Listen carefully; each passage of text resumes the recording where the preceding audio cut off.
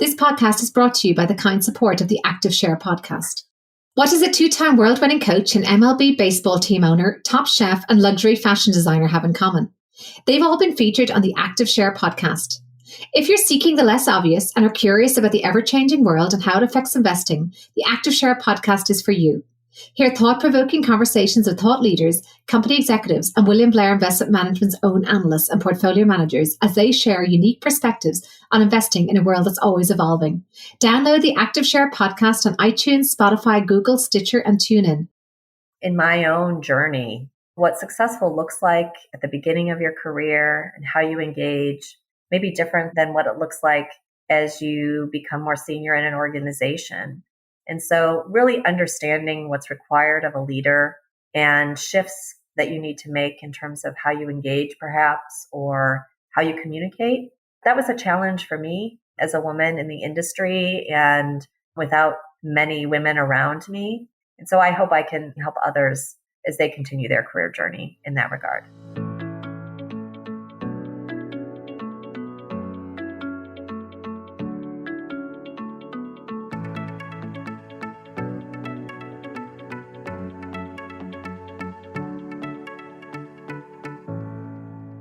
I'm Aoife Devitt, and welcome to the 50 Faces podcast, a podcast committed to revealing the richness and diversity of the world of investment by focusing on its people and their stories. I'm joined today by Stephanie Braming, Global Head of Investment Management at William Blair Co. Based in Chicago, she was previously a portfolio manager and specialist at William Blair, and prior to that, an investment consultant. She started her career as an examiner in the Federal Reserve Bank of Chicago. Welcome, Stephanie. Thanks for joining me today. Thank you, Aoife. It's such a pleasure to be here. Well, let's start with your career journey. You've had a fascinating career in that you started out as an English literature major and then moved to the Federal Reserve Bank. How did that move come about? So I'm from a rural town in the Midwest US, and my parents are both teachers and educators. So everything I knew was really based upon this rural Midwestern background where opportunities were really in education or law or medicine. So I ended up going to DePauw University in Indiana as an undergrad, which is a liberal arts school, and focused on critical thinking, discernment, and dialogue. Every class had some form of speaking or dialogue, and most had a lot of writing. I've always enjoyed reading, so I was immediately drawn to English literature. I think maybe as I think about it, I was drawn to it because it was both a combination of creativity and analyzing works in a more systematic way and comparing and contrasting them. But I was also in the business honors program. So I took classes in economics, accounting, statistics, and ethics. Although to be clear, it was a psychology statistics class and a philosophy ethics class. So very different, I guess, than what a typical undergraduate business concentration would be. I originally was thinking I wanted to be a teacher and follow in my family's footsteps. But then as I had that exposure to the business program, I started to see maybe opportunities in other areas, such as in finance or banking or accounting. And at the time, the economy was really difficult. So interestingly, as companies came to interview on campus in the business arena or the corporate arena, they were only interested in speaking with economics undergrads. And obviously, as an English literature undergrad, even if I was in the business program, I was not part of their interview list.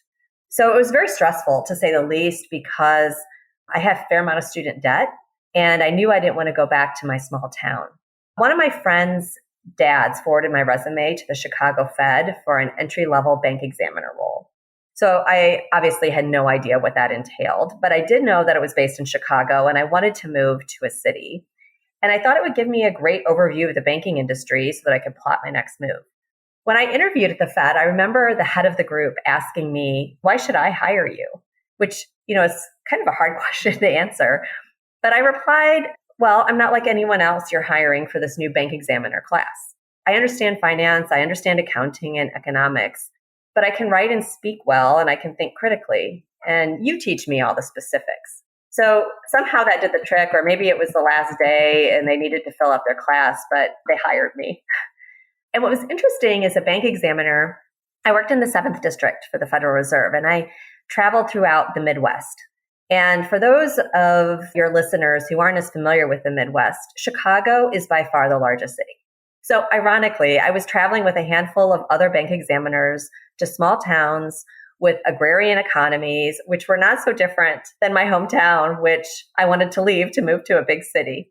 What was really interesting about that role is we spoke to bank management. Many of them were my grandparents' age. Most of them were men, which had its own challenges. I remember one of the bank presidents referring to me as that examiner girl, which doesn't really engender confidence, I guess. We analyzed loan portfolios, we calculated capital adequacy, assessed capital adequacy and earnings resilience. And so we wrote reports on this analysis. And so I found that I was drawing on exactly that English literature and that liberal arts background. That's a great story. That examiner girl. I think we probably all have examples of being called something similar, but certainly no, it's not exactly the type of role you aspire to. And do you think that this is still a problem today, that not enough liberal arts graduates are finding their way into the financial roles? I do. And I think that I saw that actually at William Blair. When I took on the role as head of investment management, and as we were looking at our recruiting program, I noticed that for a lot of our roles, the undergraduate requirement was economics or accounting or finance. So then I thought to myself, okay, well, I wouldn't be hired here. And I just think that in order to have a more robust culture and to improve decision making, you do need people that have different ways of thinking. You do need individuals that have a systems thinking or design thinking or a different way of approaching problems or questions. Because again, it's really that combination of individuals with different backgrounds that together can generate the most robust results. So we're specifically trying to attract those liberal arts types of graduates to William Blair through specific internship programs and outreach. But it is an issue, I think, for the investment industry, specifically in the finance industry overall. It's really interesting. I read a study one time that suggested that medical students who took a minor in art history with all of this was comparative work that would go into that and the perspective work, actually were much more successful in their medical roles. I'm wondering your background in literature and perhaps critical analysis or comparison across style, what edge that gave you when it came to maybe judging talent or judging integrity? That's an interesting question. As an investor, as a portfolio manager, it's important that you understand the numbers and have critical thinking from a quantitative financial perspective. On the other hand, our industry generally, our biggest asset is human capital. And as a fundamental investor, as we're evaluating the growth trajectories, the sustainable value creation potential, the valuations and risks, one of our key components is speaking with management teams and suppliers and customers and really understanding a holistic approach. And I think that maybe by having that background where discernment is so important, maybe that gave me an edge. I also think that in thinking about a liberal arts degree, a lot of it is about listening or reading or trying to expand your horizons. And again, I think as investors, those that are the most successful are ones that are just naturally curious. So I think that maybe has helped me in the past, either through recruiting and asking that next non-obvious question or in investing. It's really interesting. And you also had another transition from investment consulting to portfolio management. How did that transition go and what did you learn from it? Well, I did spend my first few years at William Blair as a global equity strategist. So kind of a product specialist type role where I worked with the lead portfolio managers on portfolio construction, engaging in the investment process, developing new strategies, and also assisting in developing our systematic tools. It was a really exciting time because we really built a business over those years. And that was so exciting. But I was also one of the primary faces of our global equity team to clients, consultants, and prospects. So I did everything except pick the stocks. Our team was managing global growth strategies. And so moving from this role to a portfolio manager, as I think your question intimates, isn't a traditional track. But I was blessed to work for a team where our leader didn't necessarily find value in boxes, and he was really focused on content, contribution, and potential. And somehow he could see in me the potential of translating all of the work I'd done, the breadth of my experience, into a portfolio manager role. And as a portfolio manager, I loved it. I loved the intellectual rigor. I loved the challenge every single day, every week, every month. I loved learning about industry innovation and what was driving growth. And I managed non-US portfolios. I managed about 17 billion at the time in international growth and international small cap growth equities. So that was all outside the United States. And I was looking at companies across the capitalization spectrum and in both developed and emerging markets. And I think that portfolio manager role in retrospect really fit nicely with both my interest and aptitude, because we were looking for companies in different parts of their trajectory across sectors, different countries. So understanding history and differences was really important, but then having a similar framework was also critical. So I'm curious. I think that's important as a portfolio manager. You want to make sure that you have a philosophy and a process and a strategy, and you want to be principled, but not dogmatic. So I think that curiosity of thinking about new ideas and thinking about things in a different way was very helpful. I also had strong partners that I worked with as analysts and other portfolio managers that had that deep industry specific knowledge. So I think that I was a good complement to them, because at William Blair, analysts have career roles. And so having extremely experienced industry experts to work hand in hand with, I think was really important.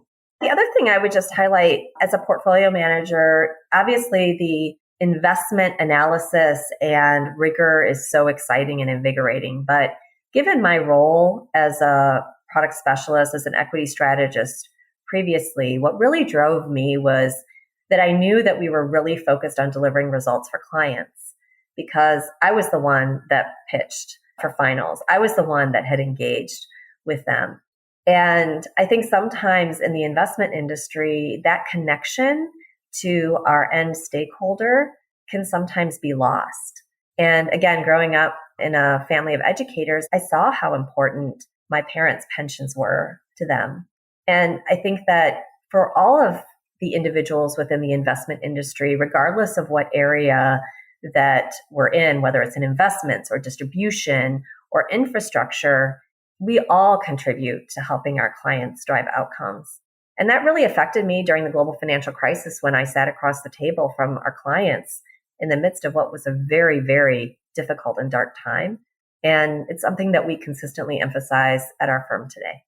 Really interesting. Always staying connected with the purpose of our investment mission, I think, is so important.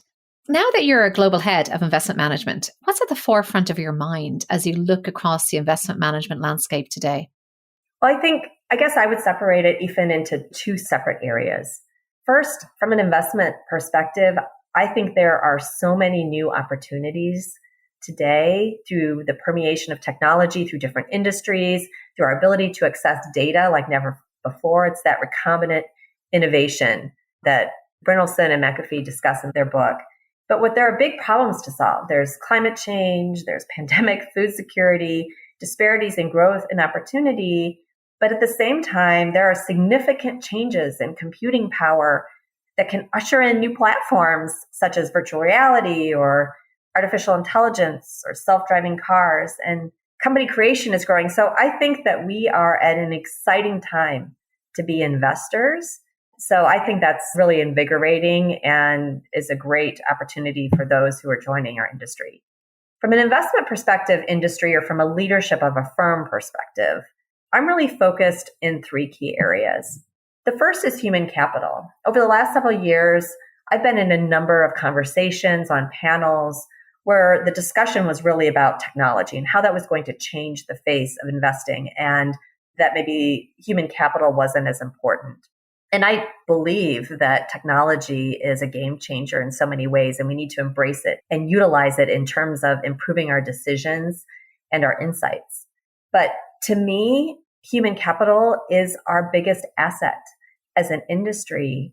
And at William Blair, I'm really focused on how do we attract and retain the best and brightest at our firm. But I think more broadly, one of the key questions that we as an industry need to ask is, how do we attract them to our industry? There's so much of a competition for talent. There's so much work to be done. And I think we need to better define our value proposition for the next generation of investors and the next generation of leaders. So that's an area that I'm really focused on as a leader of William Blair, as well as within the industry. I think one thing that maybe those that are newer to the industry or that are just discovering our industry may mistake is that in order to be successful as an investor, you need to be a star portfolio manager. And I believe that's not the case. There's been a shift within the industry away from that star manager to teams, tight-knit teams that work together and better deliver strong risk-adjusted results over time. And in my view, I think that power of teams can't be overstated. And that's why we really do need the best and the brightest to join not only our industry, but certainly our firm. And the best and the brightest span many different backgrounds with many different ways of thinking, as we talked about earlier, and in many different roles. One thing I'm really focused on is the changing demand dynamic. So how do we leverage our value proposition and investing to reach a broader audience? And how do we help them meet their goals? What do we learn from other industries to engage with a new generation of investors? And how do we adapt, whether it's through how we deliver results, how we connect on ideas, or other ways? We think about this in William Blair and how we distribute our thought leadership, new ideas for strategies, vehicles, again, with that client in mind. But it ties into the notion of more personalization and investment management as a service. So that's one thing that I'm really thinking about is how do we take all of the great thought leadership, intellectual capital, and results that we've generated on behalf of clients for decades and translate that into a new generation of investors to help them meet their goals. And then the final piece I would highlight is data-driven insights. So I talked about the role of human capital being so important in our industry, but clearly technology underpins all of this from an investment opportunity set perspective, but also how do we continue to deliver results? So those are the three areas that I'm really focused on from a William Blair, but then also from an industry perspective. So interesting, your point about the star mentality versus teams. I think this kind of gets to the art versus science concept. Is investing in art or science? I think science is a lot more easily broken down into component parts. Maybe hypotheses can be tested and changed, and evidence can be used to cause a change in approach. So I really like that. I also like your focus on partnerships, because certainly my experience as an allocator was that I really valued those providers who offered me a partnership that was not just about performance. It was about education, knowledge sharing, being there when I had questions about performance, maybe, and transparency. And like any partnership in life, there's rarely a single issue that partnership is built on. That single issue being performance, perhaps. So I like the idea that we need to enrich these partnerships with clients. So thanks for sharing that. You mentioned ESG before around climate change. How much is ESG factoring into investing today, and how much of a role do you think it will continue to play? I believe ESG is an integral part of investing, both in terms of opportunities and risks. I know this is an area that has taken increased import by investors and leaders and individuals around the world for obvious reasons over the last several years. But at William Blair, we signed the UN Principles for Responsible Investing in 2011. And we've always incorporated these external factors, whether it's ESG or other factors, as part of that mosaic of assessing a company. But it's become more of an issue in the midst of our increasing climate events, the global dialogue that we're having on how to avert climate disasters and reduce worst case scenarios, all of which has an impact on our clients. It has an impact on us individually, as well as really importantly in the areas that we invest, both through higher costs and lower growth expectations. I think required disclosures are going to increase.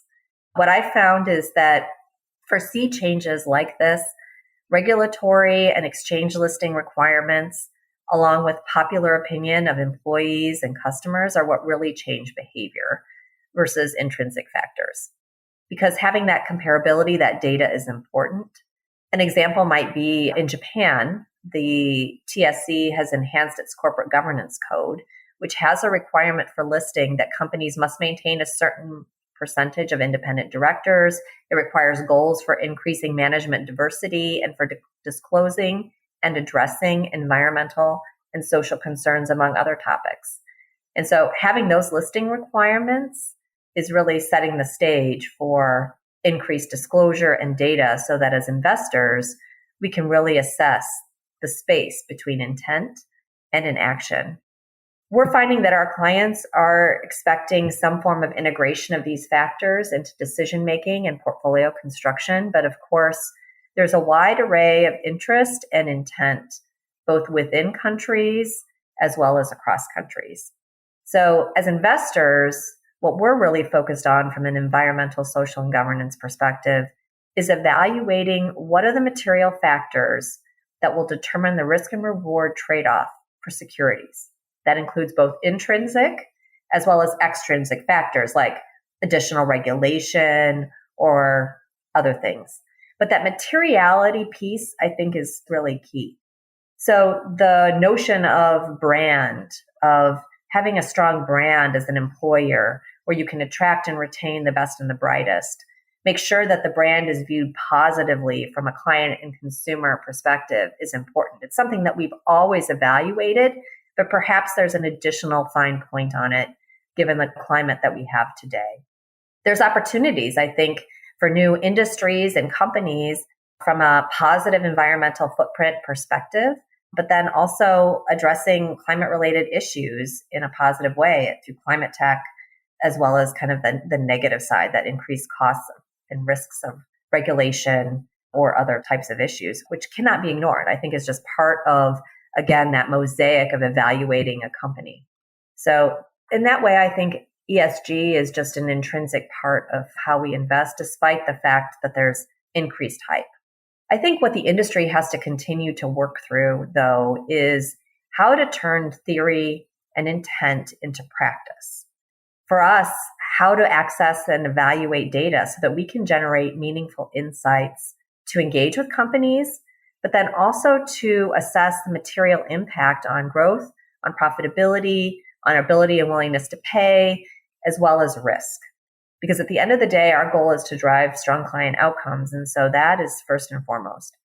I think the other thing we need to assess as an industry is the role of a just transition for economies or groups that are earlier on the growth curve, say maybe in emerging markets, that may not only be affected most by climate change, but also by a shift to potentially higher cost alternatives. So that affects these individuals from a social perspective. And then finally, I think one challenge for us as an industry is to really understand the differences across our clients about what these issues mean to them, their values, and the potential impact on the universe and returns. I think there's a lot of great momentum, a lot of positive intent by the industry and by regulators and by industries leaders globally. And there's also, I think, an increasing will to find solutions. But at the same time, I think across the industry, there's concerns about greenwashing or words with no actions behind them. And so I think as a firm and as an industry, we have an opportunity to really make change, make a difference, to engage and to focus on what matters. And it's an invigorating challenge. It's an invigorating opportunity. And I think it's an opportunity for us as an industry to be creative and bold and be curious about new things. And I think that's the opportunity for us. I suppose just a small subsection of the ESG opportunity, and I think you expressed it very well, is the diversity point. And I know that you're very focused on this at the recruiting stage for William Blair. We've already mentioned this. Can you just maybe give a few thoughts on the diversity aspect in particular and what you think the industry needs to do more and do better to address this? Certainly. In my view, in order to attract and retain the best and brightest, we need to do several things. We need to better articulate our value proposition in a way that's meaningful and intriguing to a wide array of talent. That means that we need to have conversations with individuals that are earlier in their careers as they're thinking about coursework, and that we need to actively engage with a wide array of individuals to highlight potential futures for them in investment management, because we're competing with all other industries. And so being very clear about our value proposition is critical. I think second, we need to meet these colleagues where they are and critically assess how we're evaluating talent. I gave you the example of at William Blair, you needed to have an economics or accounting or finance undergraduate degree to get a job.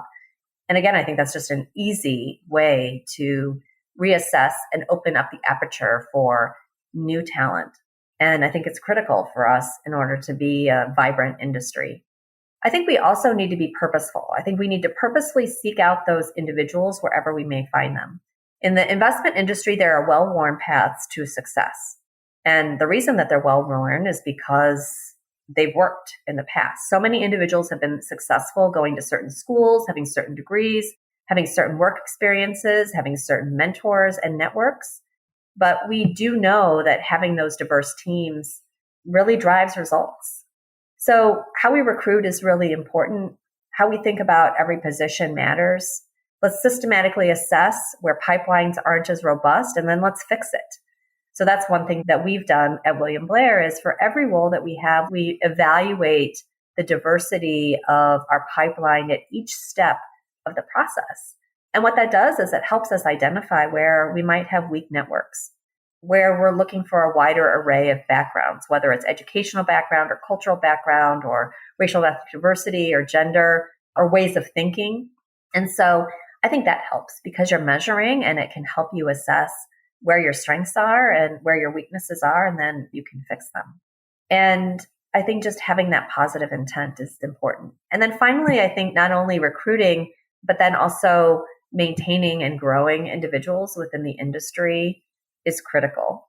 I think the inclusion piece it's so much more difficult to measure, but steps to take include providing non-traditional career paths, promoting cross-sectional diverse teams, to solve key problems that you have. So to engage with individuals who might think differently than you, have leadership training for your leaders on empathy, on coaching, on having difficult conversations, on identifying blind spots. All of that curricula is fantastic for investors, but it's also for building great teams. And so I think all of those combined with having role models is important. It's not a badge of honor for either you or I to be the only one at the table. And it's a responsibility to bring others up. And so, Ethan, I think the work that you're doing is a great example. It highlights the breadth, it highlights the depth and the rigor and the heft of a broad array of individuals in the financial industry. And it gives people an opening to see and learn from others who may have faced similar issues or had roadblocks or had non-linear career paths. So having those stories and having those role models and seeing that, I think provides inspiration to so many. Well, certainly preaching to the choir there, I can see. So it's great to hear. Some of these lessons you mentioned, the importance of a network, the importance of nurturing the talent once it comes in the door. Just if you go back to your own personal story, maybe looking at your own journey, were there any challenges or setbacks you faced, maybe that led you to see the importance of these things, or any lessons that you learned? I think about setbacks as an investor, first and foremost. I think 2008 and 2009 was a really, really tough period for me because the markets were so difficult. The absolute losses were breathtaking and in not a good way.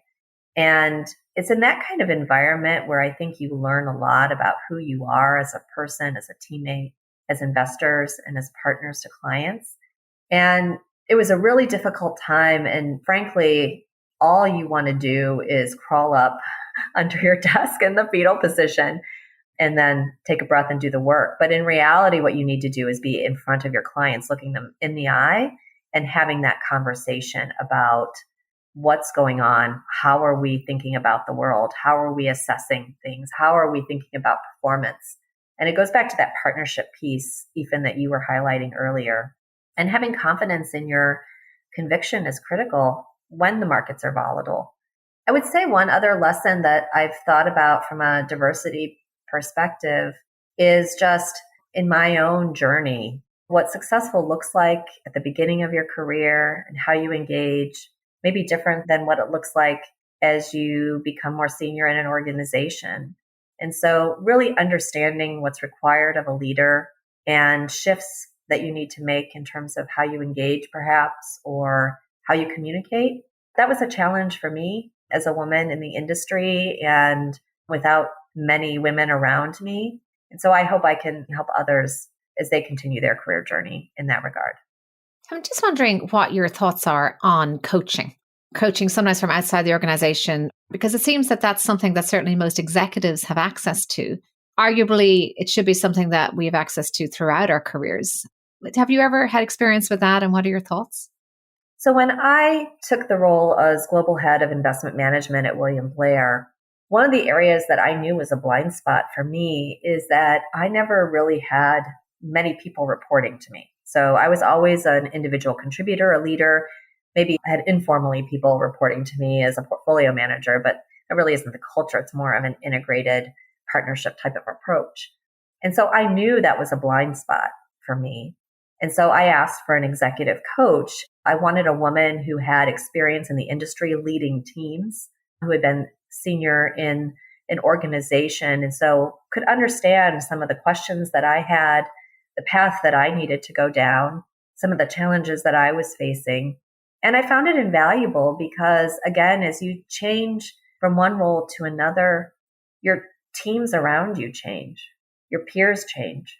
And so having that outside third-party view of someone who was really focused and invested in me, but didn't understand any of the interpersonal dynamics or specifics and wasn't invested in that, was really, really helpful for me as I started on my path and really helped me address some of the areas that I really wanted to focus on.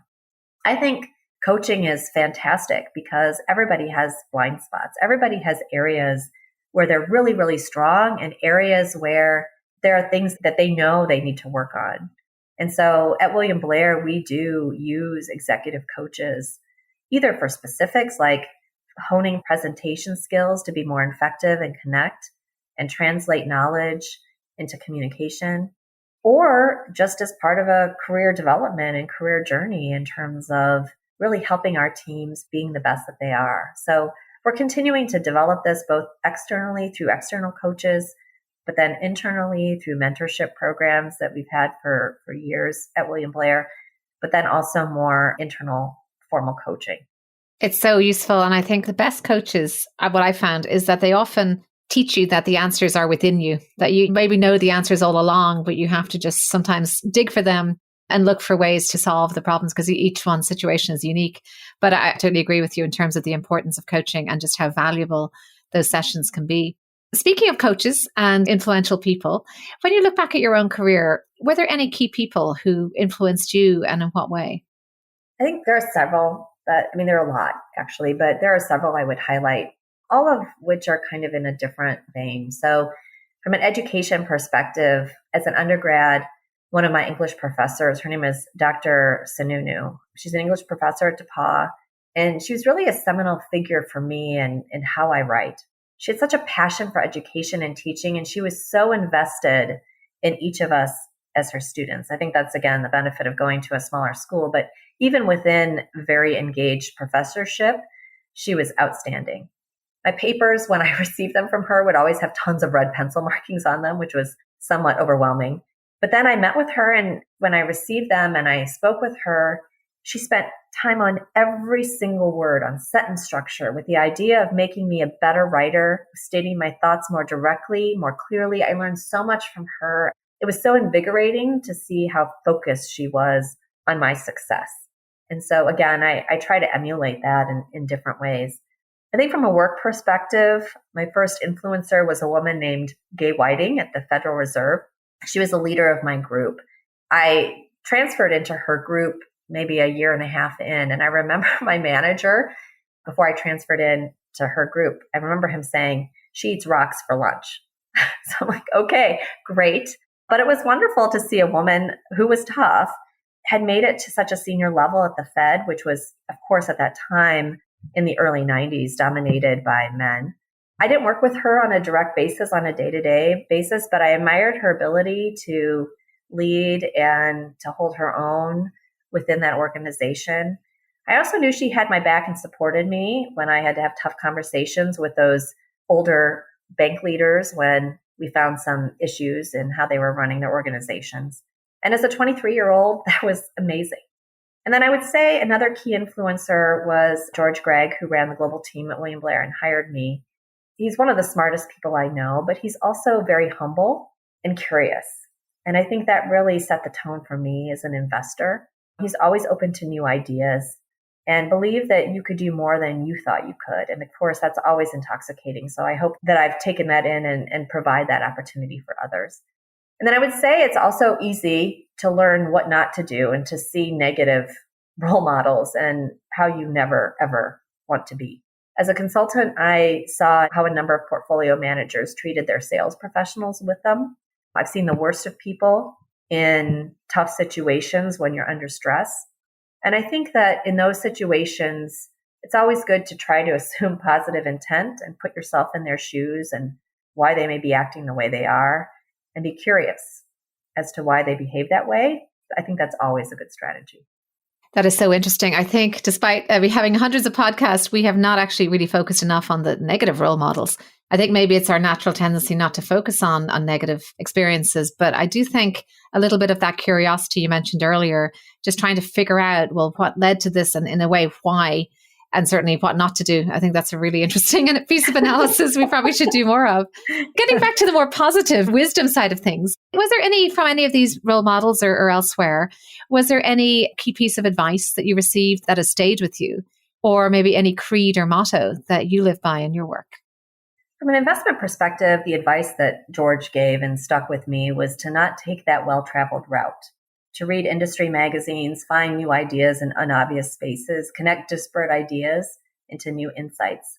I think that sometimes we can be very myopic as an industry, either focusing on a sector or region or industry, and we end up in an echo chamber. So I try to read a lot in a lot of different media and on different topics, really trying to connect spaces. And of course, that maybe underpins my natural inclination, which is to read a lot. So maybe that isn't so surprising. I think from a personal perspective, it came from my dad, who passed away several years ago. One of the lessons I will always remember from him is how kind he was. He was always so interested and curious in others. So I guess a creed or a motto, an act of kindness, no matter how small, can change someone else's life, is one I try to live by. You never know what people are dealing with behind their smile, behind their action. So always give grace.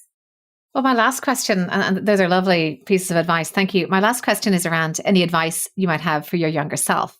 And I know you did say before that your perception of success at a young age may not be the same as your perception of success now. So that's one piece, I'm sure. And was there anything else that you would tell maybe that young English graduate about to embark on a whole new world of financial regulation? I think my work philosophy was always to go the extra mile, to make sure I knew every detail because my background was different.